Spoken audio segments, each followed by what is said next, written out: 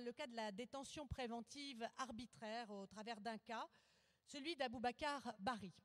Alors, Nelly Devoise, vous êtes là pour un petit peu essayer de nous expliquer la détention arbitraire en Guinée, bien sûr, mais au-delà même, c'est quelque chose, vous, qu'à Amnesty International, vous avez malheureusement constaté ailleurs aussi. On vous écoute. Aboubacar Bari, victime de détention arbitraire comme de nombreux autres Guinéens. Le droit guinéen est pourtant en conformité avec les standards internationaux en la matière. On constate donc, comme c'est souvent le cas, que la ratification d'une norme internationale n'implique pas le respect des droits qu'elle entend protéger. Dans les rapports annuels d'Amnesty International, l'on constate qu'en 2004, Moussa Touré, militaire arrêté arbitrairement en 2003, mourra en détention faute d'avoir reçu les soins rendus nécessaires par son état de santé.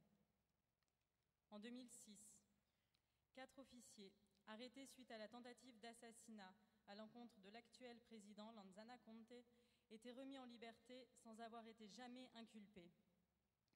En 2007, de multiples placements en détention arbitraire par les forces de sécurité ont été signalés, en l'occurrence réponse d'une dictature aux manifestations en faveur du changement.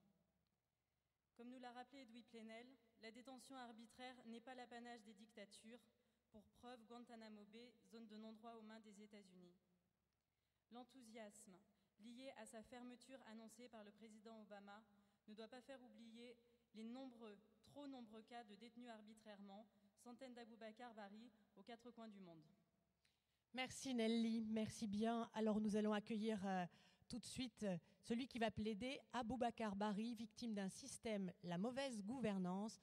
On accueille, et je vous demande de l'applaudir car il est le premier à ouvrir ce jour, Maître Labilé Koné.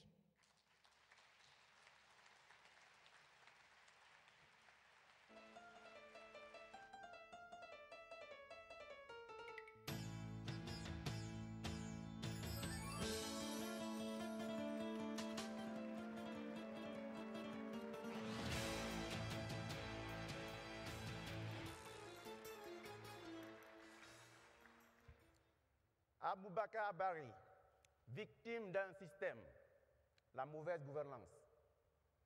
De quel droit doit-on être en détention préventive éternellement? Le spectre de la détention préventive illégale en Guinée. Cas alarmant de M. Aboubacar Bari. 18 ans derrière les barreaux. Mandela de la maison centrale de Conakry, Guinée. Que fait-on des dispositions de l'article 9 alinéa 1 de la loi fondamentale, selon lesquelles nul ne peut être détenu, condamné que pour les motifs et dans les formes prévues par la loi? Mesdames et messieurs, honorables membres du jury, honorables invités du mémorial de Caen, chers confrères, ce jour, 1er février 2009, est un grand jour. Un grand jour pour moi dans ma vie d'avocat, défendeur des opprimés, de la veuve et de l'orphelin, la voix des sans-voix. Un grand jour, en ce sens qu'aujourd'hui, l'occasion m'est donnée, ici, en ce haut lieu, de défendre des causes désespérées, de m'exprimer à la face du monde pour, autant faire que se peut, apporter ma modeste contribution à la lutte que mène un de mes compatriotes au tréfonds de la maison centrale de Conakry. J'ai nommé Aboubacar Bari, détenu hors de commun. Il est en détention préventive depuis mai 1991, soit 18 ans révolus. N'est-il pas un oublié de la justice, ou tout simplement victime du dysfonctionnement du système judiciaire guinéen? Son cas est à méditer. De quoi s'agit-il réellement? Né en 1952 à Tilmélé, Moyenne-Guinée, Aboubacar Bari est cultivateur de son État, polygame, marié à 2 femmes, père de 4 enfants vivant dont une fille. Il est lui-même issu d'un père cultivateur et polygame de 5 femmes, donc d'une famille nombreuse, avec beaucoup d'enfants, filles et garçons. Dans nos sociétés traditionnelles, la polygamie est une source de conflit dans la succession des hommes qui la pratiquent, étant donné qu'à leur décès, le partage de la succession, cette fameuse manne qui se compose dans la plupart des cas en une concession, une plantation ou un sans riziculture, cause problème et au pire entraîne des drames comme le cas d'espèces. Après le décès de leur père, il a été question que les enfants se partagent la succession. Chaque enfant a été casé. Mais les conflits, les querelles et autres mesquineries n'en finissaient pas entre certains enfants, dont particulièrement Aboubakar et Issa Gabari.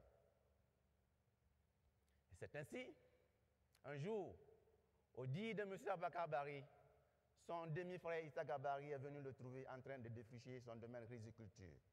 Ce dernier lui a intimé de quitter ce lieu au motif qu'il lui appartenait. Ce que M. Aboubakar Bari aurait réfuté de vive voix en continuant ses activités. Que cela s'est passé en présence de deux témoins. Lâché par ses forces et agacé par les menaces intempestives de son demi-frère, il a quitté le champ pour se rendre au campement, suivi par son demi-frère. Chemin faisant, les disputes ont continué et c'était parti pour une bagarre rangée. Sous les coups d'Issa Gabari, qui était physiquement plus fort que lui, Aboubakar a été emporté par une colère bleue. Animé par l'esprit de se venger, il s'est servi du fusil de chasse qu'il portait au dos. Il a tiré un coup, le coup fatal, en commettant ainsi l'irréparable. Mortellement atteint, Issa Gabari mourra quelques heures plus tard. Vu ce qui venait de se passer et conscient d'avoir tué son demi-frère dans la colère, M. Aboubakar Bari s'est rendu directement au village. Sous le choc et torturé par sa conscience, il n'y est pas resté tranquille. Pendant 2 semaines, il a erré entre les villages environnants et la brousse. La 3e semaine, n'en pouvant plus, il s'est rendu à Conakry chez son grand frère, qui à l'époque habitait au quartier Kamayenne. Étant préalablement informé de ce drame, c'est ce dernier qui l'a fait arrêter et conduit au commissariat central de Mafanko, dans la commune de Matam. Après 4 jours de garde à vue, il a été ramené à Telmélé, lieu du crime. Sur les lieux, il a subi des interrogatoires dans les locaux de la gendarmerie départementale, au cours desquels il a donné sa version des faits. Il y a été détenu pendant 4 mois. Il fut ensuite transféré à la maison d'arrêt de Kindia, chef-lieu de la Basse-Guinée, où il a été détenu pendant 11 mois sans motif valable, avant d'atterrir enfin à la maison centrale de Conakry, courant année 1992.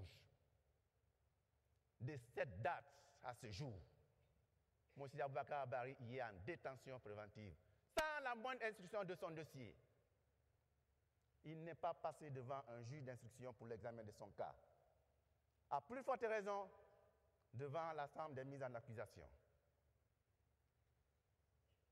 Qu'il est, on ne peut mieux le démontrer, dans une situation d'abandon juridique qui ne dit pas son nom. Plus de 18 ans de détention préventive, c'est du jamais vu de mémoire de professionnel. Cela est une violation pure et dure des droits humains élémentaires, voire un mépris total. Arrêté à 39 ans, M. Aboubakar Bari a aujourd'hui 57 ans. De quel droit doit-on être en détention préventive éternellement? Dites-le-moi. En 18 ans de détention préventive, M. Aboubakar Bari n'a revu ses femmes qu'une seule fois chacune, séparément, et quelques rares fois 2 de ses enfants. S'il est vrai que M. Aboubakar Bari a commis une infraction, au pire des cas un crime, rien ne justifie aujourd'hui sa mise en détention prolongée. Quand on sait que les dispositions légales dans la matière sont claires et fermes. qu'à titre indicatif, il est impératif de signaler que le Code guinéen de procédure pénale dispose en son article 142.2.